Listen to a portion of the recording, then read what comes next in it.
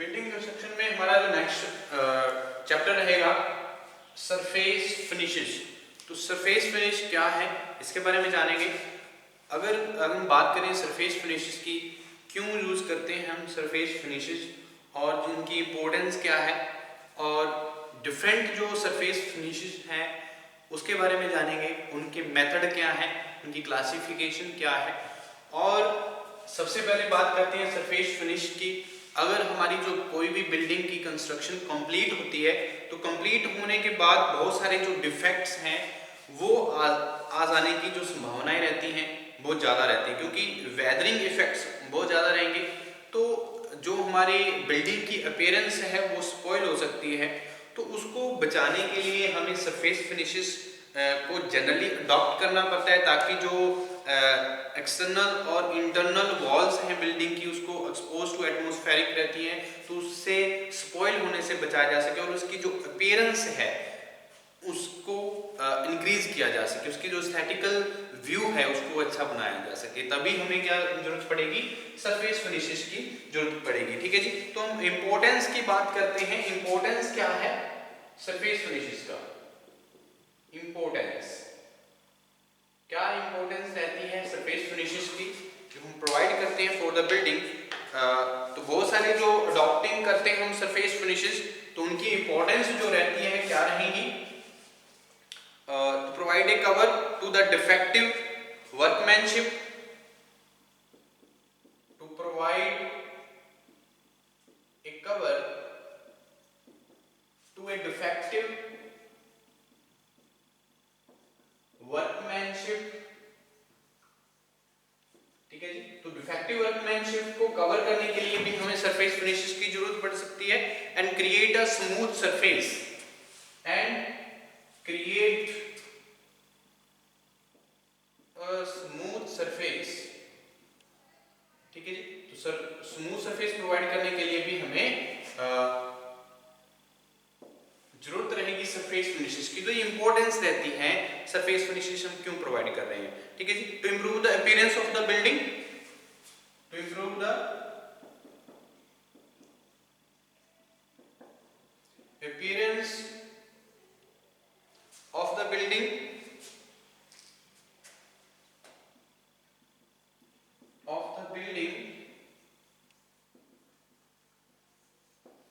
और इंपॉर्टेंस क्या रहेगी हमारे जो सरफेस फिनिशेस यूज करते हैं, to protect the external walls from the weathering effects, to protect the external wall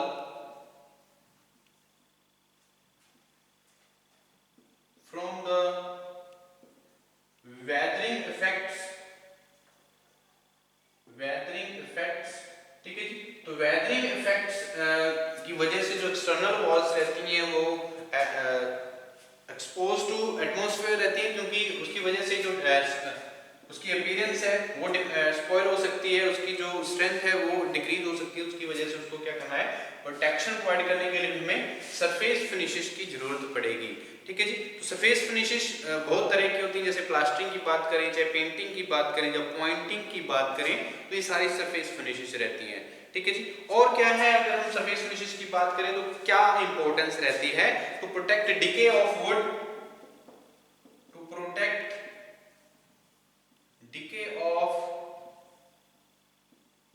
would and decay of wood and corrosion in the metal, corrosion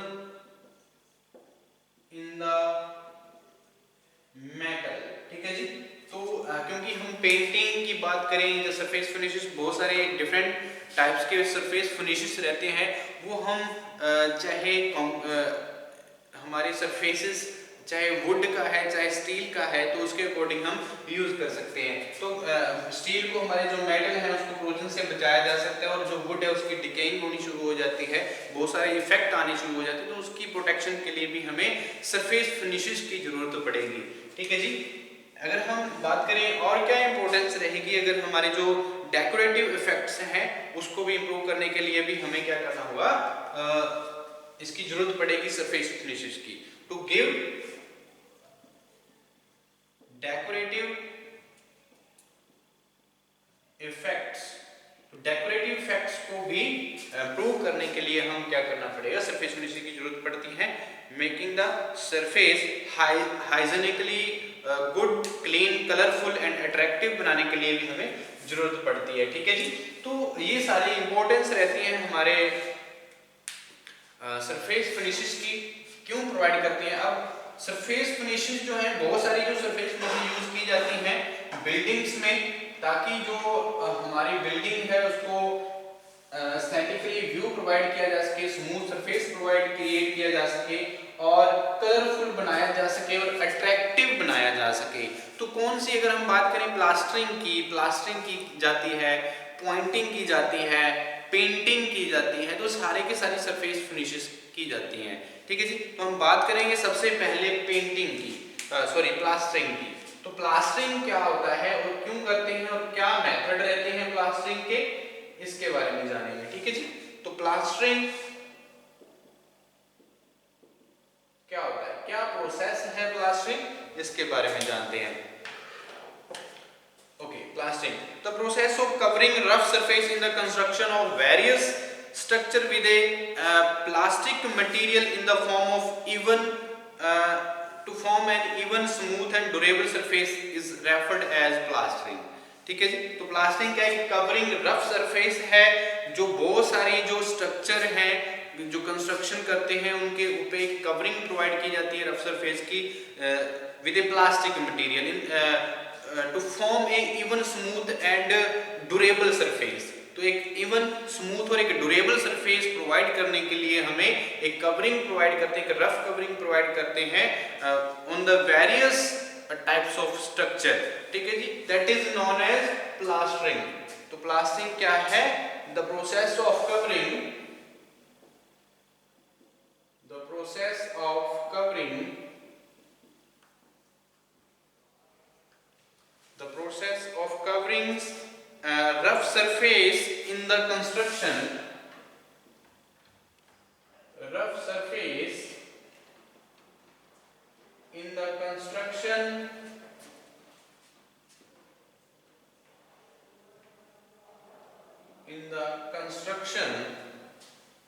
of various structure,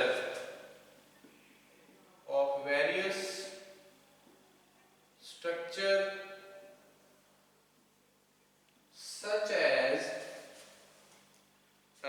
structures जो हमारे बहुत सारी outer wall, inner walls रहती हैं, जहाँ expose to atmosphere रहते हैं, उनकी सारी के सारी जो हमारे स्ट्रक्चर हैं उनको क्या करने के लिए, कवरिंग रफ सरफेस प्रोवाइड करने के लिए बहुत सारे स्ट्रक्चर्स को with a plastic material, with a plastic material to form an even, to form an even, smooth and durable surface is referred as, durable surface is referred as plastering। ठीक है जी। तो प्लास्टरिंग क्या है, एक covering rough surface है, जो बहुत सारी जो कंस्ट्रक्शन रहती है, हमारे स्ट्रक्चर रहते हैं, उन पे हम कवरिंग प्रोवाइड करते हैं प्लास्टिक मटेरियल के थ्रू, ताकि जो सरफेस है वो स्मूथ हो सके, इवन हो सके और ड्यूरेबल बनाया जा सके। ठीक है जी। उसके बाद अगर हम बात करें, the plastic material is called plaster और मोर्टार। जो प्लास्टिक मटेरियल यूज करते हैं उसको हम प्लास्टर बोलते हैं या मोर्टार बोलते हैं। The plastic material, plastic material are called, the plastic material are called plaster or mortar, are called plaster और mortar। ठीक है जी।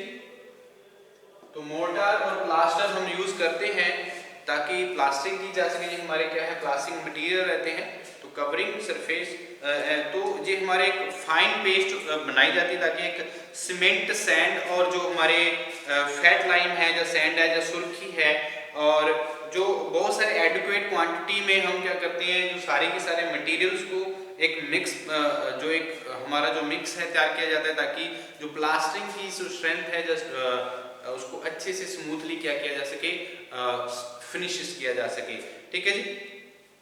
तो plastering is also sometimes known as rendering. तो प्लास्टरिंग को हम और क्या बोलते हैं, रेंडरिंग नाम भी देते हैं, रेंडरिंग। ठीक है जी। तो बहुत सारे जो वेदरिंग एजेंसीज है उसको उससे प्रोटेक्शन प्रोवाइड करने के लिए हमें सरफेस फिनिशेस यानी कि प्लास्टरिंग की जरूरत पड़ती है। ओके। उसके बाद अगर हम बात करें जो हमारे टाइप्स ऑफ प्लास्टर है क्या रहेंगे, और जो सुटेबिलिटी है, कहाँ पे कौन सी जो प्लास्टरिंग है वो की जाती है, क्या मेथड रहते हैं प्लास्टर के, उसके बारे में भी जानेंगे। ठीक है जी। तो नेक्स्ट वन जो हमारा टॉपिक रहेगा, types of plaster and their suitability. Types of plaster and their suitability. ठीक है जी। तो सुटेबिलिटी क्या है और कौन कौन से प्लास्टर यूज किए जाते हैं, इसके बारे में जानते हैं। ठीक है जी। बहुत सारे जो प्लास्टर हैं यूज किए जाते हैं हमारे डिफरेंट टाइप्स ऑफ वर्क जो किया जाता है हमारी बिल्डिंग्स पे। और सबसे पहले हम बात करते हैं सीमेंट प्लास्टर की। सीमेंट प्लास्टर, ठीक है जी। और मोस्टली यूजेबल प्लास्टर है, ये यूज किया जाता है। और इसकी सूटेबिलिटी क्या है, ठीक है जी।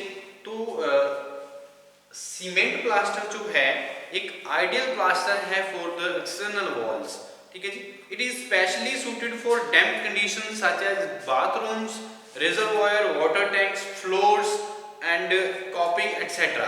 तो ज्यादातर जहाँ पे डैम्प कंडीशंस रहती हैं वहां पे हम सीमेंट जो प्लास्टर है यूज करना पसंद करेंगे, क्योंकि ज्यादातर क्योंकि ये जो आइडियल प्लास्टर है एक्सटर्नल वॉल्स के लिए और एक सफिशिएंट सरफेस प्रोवाइड करने में हेल्प करता है और एक ड्यूरेबल सरफेस प्रोवाइड करता है। तो इसलिए एक डैम्प कंडीशंस के लिए ये रेजिस्टेंस प्रोवाइड करेगा। तो डैम्प कंडीशंस यहाँ पे रहती हैं, जैसे बाथरूम्स की बात करते हैं, रिजर्वायर की बात करें, वाटर टैंक्स रहती हैं, जहाँ हमारे फ्लोर है, कॉपिंग है, तो वहाँ पे हम सीमेंट प्लास्टर जो है वो यूज करेंगे। ज्यादा सुटेबल कहाँ पे रहती है, इन चीजों पे रहेगी सीमेंट प्लास्टर। ठीक है जी। Where non absorbent wall surface is essential, it is also use for internal plastering. तो इंटरनल प्लास्टिंग के लिए भी यूज कर सकते हैं हम इसमें। ठीक है जी। तो इस सीमेंट में अगर हम बात करें तो एक सीमेंट 3:1:3 की जो रेशो रहती है, ज्यादातर हम जो मिक्स है सीमेंट प्लास्टर में हम यूज करते हैं। गुनिटिंग जो प्लास्टर रहेगा, गुनिटिंग जो रहेगी सीमेंट प्लास्टर की, वो क्या रहेगी 1:3 की रहेगी। जो 1 क्या है सीमेंट और 3 रेशो जो रहेगी किसकी रहेगी, सैंड की रहेगी। ठीक है जी। वो यूज करेंगे और जो इनका जो हम प्रेशर जो अप्लाई करेंगे सीमेंट प्लास्टर के लिए, वो 25 न्यूटन पर सेंटीमीटर क्यूब का जो 25 न्यूटन पर सेंटीमीटर स्क्वायर का जो प्रेशर है वो रहेगा। ठीक है जी। तो ये एक एडुक्वेट और जो हमारी ड्यूरेबल प्लास्टर है जो डैम्प कंडीशंस में ज्यादातर सुटेबल रहती है। ठीक है। उसके बाद हम बात करते हैं लाइम प्लास्टर की। लाइम प्लास्टर, ठीक है जी। तो लाइम प्लास्टर क्या है इसके बारे में जान लेते हैं। तो लाइम प्लास्टर क्या होता है, it is suitable for plastering internal walls of the building. तो इंटरनल वॉल्स पे ज्यादातर यूज की जाती है लाइम प्लास्टर। तो it is suitable for plastering internal walls of the building. तो बिल्डिंग में जो हमारे इंटरनल वॉल्स रहेंगी वहां पे हमारे लाइम प्लास्टर जो है ज्यादातर सुटेबल रहेगी। और जो रेशो रहती है इनके मिक्स की वो क्या रहेगी, 1 लाइम एंड 2:3 जो हमारी रेशो रहती है लाइम प्लास्टर में रहेगी। तो ये मोस्टली हमारा ज्यादा इंटरनल वॉल्स जो रहेंगी बिल्डिंग से वहां पे सुटेबल रहेगी लाइम प्लास्टर। उसके बाद अगर हम बात करें जो 2 से 3 जो हमारी रेशो रहती है, यानी कि 1 सैंड और 2 से 3 जो हमारा सुर्खी प्रोवाइड कर सकते हैं हम, और वन जो क्या यूज कर सकते हैं, हम लाइम यूज कर सकते हैं। ठीक है, तो ये हमारा क्या है, लाइम प्लास्टर रहेंगे। और वॉल्यूम के अकॉर्डिंग हम यूज करते हैं, ज्यादा इंटरनल वॉल के लिए ही यूज की जाती है lime plaster. Okay, next one अगर हम बात करें मड प्लास्टर की, मड प्लास्टर, ठीक है जी। तो मड प्लास्टर क्या है, it is suitable for temporary shades and कच्चा हाउस एटसेट्रा। तो टेम्परेरी शेड्स यूज करते हैं जब जो कच्चा हाउस बनाते हैं, जो कच्चे घर होते हैं, उनके लिए हम मड प्लास्टर का यूज करते हैं। जो हमारे एक टेम्परेरी शेड्स या कच्चा हाउस के लिए हम ज्यादातर ये हमारा जो मड प्लास्टर है वो यूज किया जाता है। इसमें ज्यादातर क्ले सॉइल से ही एक मिक्स तैयार किया जाता है। तो उससे जब एक कच्चा हाउस बनाना होता है, जहाँ हमारे जो एक टेम्परेरी शेड्स तैयार करना होता है, तो वहां पे हम मड प्लास्टर यूज कर सकते हैं। ठीक है जी, तो ये सुटेबिलिटी रहती है। उसके बाद अगर हम बात करें जो हमारे स्टको प्लास्टरिंग रहेगी, वो क्या है, स्टको प्लास्टरिंग, स्टको प्लास्टरिंग। ठीक है जी, तो स्टको प्लास्टरिंग क्या रहती है, इसके बारे में जान लेते हैं। जो हमारे ज्यादातर इंटरनल वॉल के लिए भी और एक्सटर्नल वॉल के लिए भी हम यूज करते हैं इस तरह की प्लास्टरिंग को, जो हमारी स्टको प्लास्टरिंग रहेगी। ठीक है जी, और it provides an excellent marble like finish. तो इसमें जो फिनिशिंग आती है स्टको प्लास्टरिंग की, जैसे मार्बल की फिनिशिंग है उसी तरह से हमारे स्टको प्लास्टरिंग की भी फिनिशिंग आएगी। ठीक है जी, तो ज्यादातर एक्सटर्नल और इंटरनल वॉल्स जो रहेंगी बिल्डिंग की, उनके लिए सूटेबल रहती है। ठीक है, तो इट इज डेकोरेटिव प्लास्टर, एक डेकोरेशन पर्पस के लिए यूज करते हैं। और अगर जहां पे अगर हम बात करें सीमेंट लाइम प्लास्टर की, ठीक है जी, तो स्टको प्लास्टरिंग ज्यादातर हमारी एस्थेटिकल व्यू अपीयरेंस प्रोवाइड करने के लिए प्रोवाइड की जाती है, और जिसकी जो फिनिशिंग है बहुत अच्छी रहेगी। ओके, और सीमेंट लाइम प्लास्टर क्या है, सीमेंट लाइम प्लास्टर, ठीक है जी। सीमेंट लाइम प्लास्टर जो रहेगा, Portland cement is generally used for plaster work. ठीक है जी, तो पोर्टलैंड सीमेंट जब हम प्लास्टर वर्क के लिए यूज कर रहे हैं, उसको हम क्या बोलेंगे, और it sets under water by the use of cement.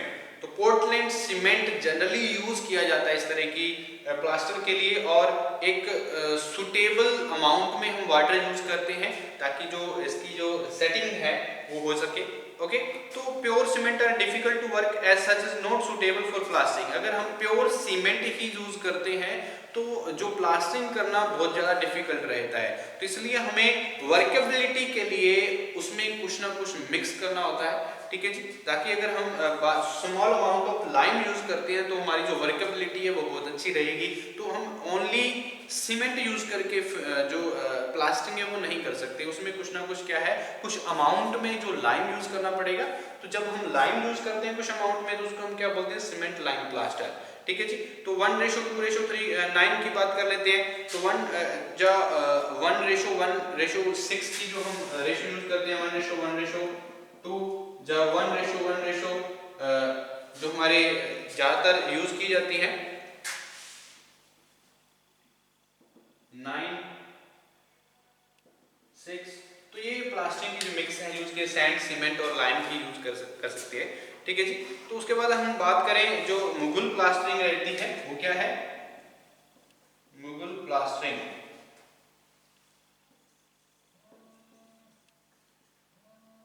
ठीक है जी, तो मुगल प्लास्टरिंग क्या है इसके बारे में जान लेते हैं। मुगल प्लास्टरिंग, ओके, तो it is suitable for internal surface of high class building of historical importance.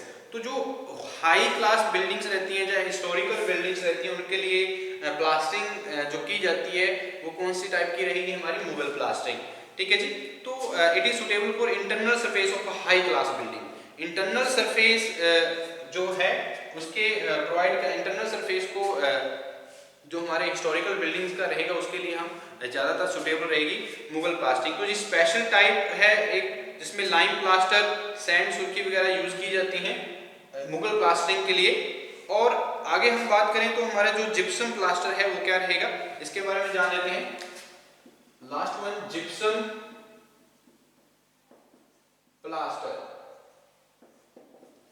Gypsum plaster. ठीक है जी, तो जो जिप्सम प्लास्टर है वो क्या होगा, जो हमारे इंस्टेड ऑफ सीमेंट और lime gypsum is the binding material.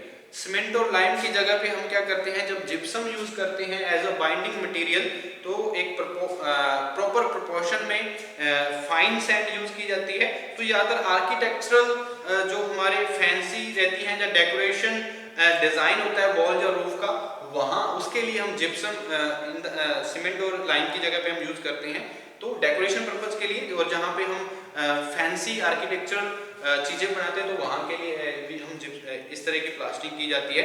तो ये हार्ड क्विकली होता है जो जिप्सम रहेगा, तो इसमें ग्रेट रेजिस्टेंस रहती है, एक बेटर इंसुलेशन होता है हीट के अगेंस्ट और साउंड के अगेंस्ट। तो ये सारी की सारी जो हमारी प्लास्टर हैं हम यूज करते हैं, और इनकी जो सूटेबिलिटी है, कहाँ पे यूज की है हमने वो देखी। ठीक है, हम नेक्स्ट लेक्चर में डिस्कस करेंगे हमारे जो प्लास्टर फिनिशेस हैं, टाइप्स ऑफ प्लास्टर फिनिशेस क्या रहेंगे, उसके बारे में जानेंगे।